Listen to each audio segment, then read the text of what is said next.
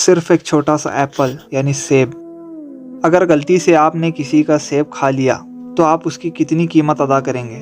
10 روپے یا زیادہ سے زیادہ 100-200 روپے؟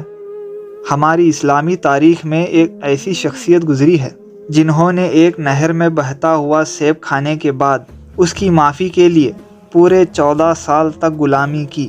لیکن کیوں، اور اس قربانی کا نتیجہ کیا نکلا؟ آج ہم آپ کو اس واقعے کے بارے میں بتائیں گے جس نے حضور غوث اعظم حضرت شیخ عبد القادر گیلانی رحمۃ اللہ علیہ کی پیدائش کی بنیاد رکھی۔ اس واقعے کے بعد ہی حضور غوث اعظم سلطان ولایت جیسی شخصیت نصیب ہوئی۔ جی ناظرین، یہ واقعہ ان کے والد بزرگوار حضرت سید ابو صالح موسیٰ جنگی دوست رحمۃ اللہ علیہ کا ہے اور ان کی پرہیزگاری اور امانت داری کی بہترین مثال ہے۔ آپ رحمۃ اللہ علیہ خاندان نبوت کے چشم و چراغ اور حضرت سیدنا امام حسن المجتبی علیہ السلام کی اولاد امجاد آپ کی پاک نسل میں سے ہیں۔ آپ کے والد حضرت سید عبداللہ اور آپ کے دادا پردادا سب کامل اولیاء اور اللہ کے صالح اور پرہیزگار بندے تھے۔ وقت تھا جب حضرت ابو صالح موسیٰ جنگی دوست رحمۃ اللہ علیہ عبادت اور پرہیزگاری کی زندگی گزار رہے تھے۔ کئی روایتوں کے مطابق آپ فوج کے سپہ سالار تھے۔ ایک دن وہ دریائے دجلہ ٹائگرس ریور کے کنارے بیٹھے تھے۔ اچانک ان کی نظر دریا میں بہتے ہوئے ایک سیب پر پڑی۔ سیب بہت تازہ اور خوش رنگ لگ رہا تھا۔ انہیں بھوک محسوس ہوئی اور اس خیال سے کہ یہ سیب بہتا ہوا آیا ہے، شاید اس کا کوئی مالک نہ ہو، انہوں نے اسے اٹھا کر کھا لیا۔ کئی روایتوں میں ایسا بھی ملتا ہے کہ آپ کے اوپر بھوک کا غلبہ بہت زیادہ تھا، تو آپ بھوک کی وجہ سے کچھ سوچے سمجھے بغیر اسے اٹھا کر کھا لیے۔ مگر جیسے ہی انہوں نے سیب کھایا، ان کے دل میں یہ خیال آیا کہ کیا یہ سیب میرے لیے حلال تھا؟ کیا میں نے بنا اجازت کسی اور کی چیز کھا کر گناہ تو نہیں کر لیا؟ ایک عام انسان اس بات کی طرف غور نہیں کرتا، مگر حضرت ابو صالح موسیٰ رحمۃ اللہ علیہ کے لیے یہ ایک عظیم گناہ تھا۔ وہ فوراً سیب کے مالک کی تلاش میں نکل پڑے۔ وہ دریا کے ساتھ ساتھ دریا کے کنارے چلتے رہے اور آخر میں اس باغ تک پہنچے جہاں سے وہ سیب دریا میں گرا تھا۔ وہاں انہوں نے اس باغ کے مالک کو تلاش کیا، جن کا نام حضرت سید عبداللہ سومائی رحمۃ اللہ علیہ تھا۔ حضرت سید عبداللہ سومائی رحمۃ اللہ علیہ اللہ کے بہت بڑے ولی اور عالم دین تھے، اور آپ کو اس وقت کے عارفوں میں شمار کیا جاتا تھا۔ آپ حسینی سادات یعنی امام حسین علیہ السلام کی اولاد سے تھے۔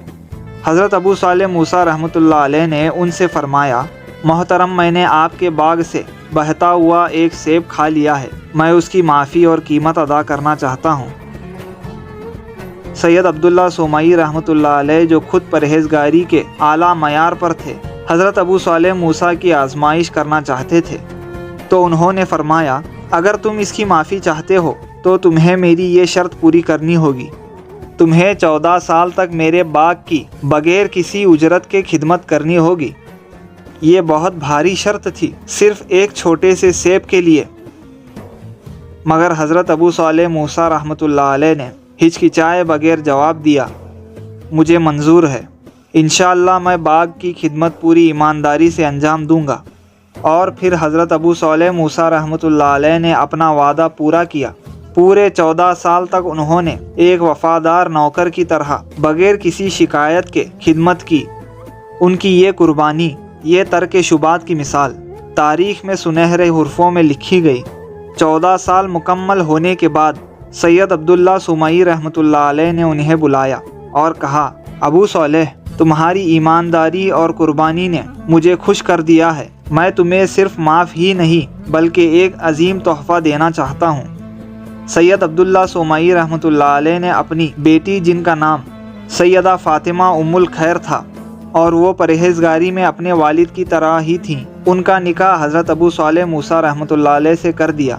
اس واقعے کو اس طرح بھی بیان کیا جاتا ہے کہ جب 14 سال مکمل ہوئے تو حضرت ابو صالح موسیٰ رحمۃ اللہ علیہ نے حضرت عبداللہ سومائی رحمۃ اللہ علیہ سے اس متعلق کہا تو انہوں نے فرمایا، مجھے تمہاری معافی منظور ہے، مگر میرے پاس تمہارے لیے ایک آخری شرط اور ہے۔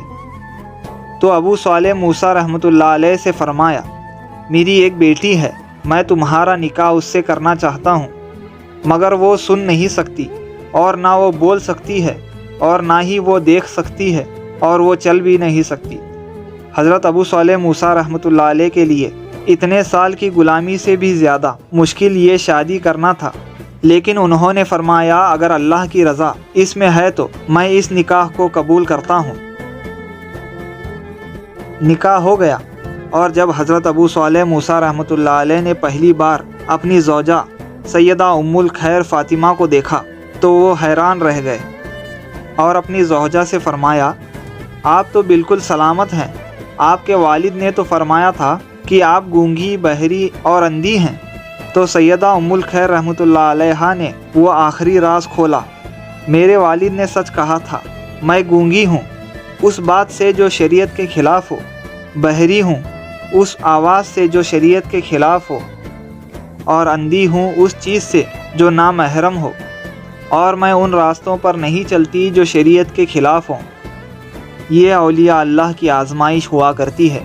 حلال اور پرہیزگاری کی بنیاد پر اس مبارک جوڑے کے گھر میں ایک عظیم شخصیت نے جنم لیا جسے دنیا غوث اعظم کے نام سے جانتی ہے۔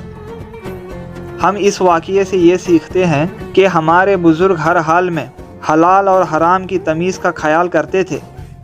اللہ ہم سب کو بھی ایسا ایماندار بننے کی توفیق عطا فرمائے اور ان بزرگوں کا فیض عطا فرمائے۔ ویڈیو پسند آئی ہو تو لائک اور شیئر کر دیں، اور اگر آپ نئے ہیں تو چینل کو سبسکرائب کرنا نہ بھولیں۔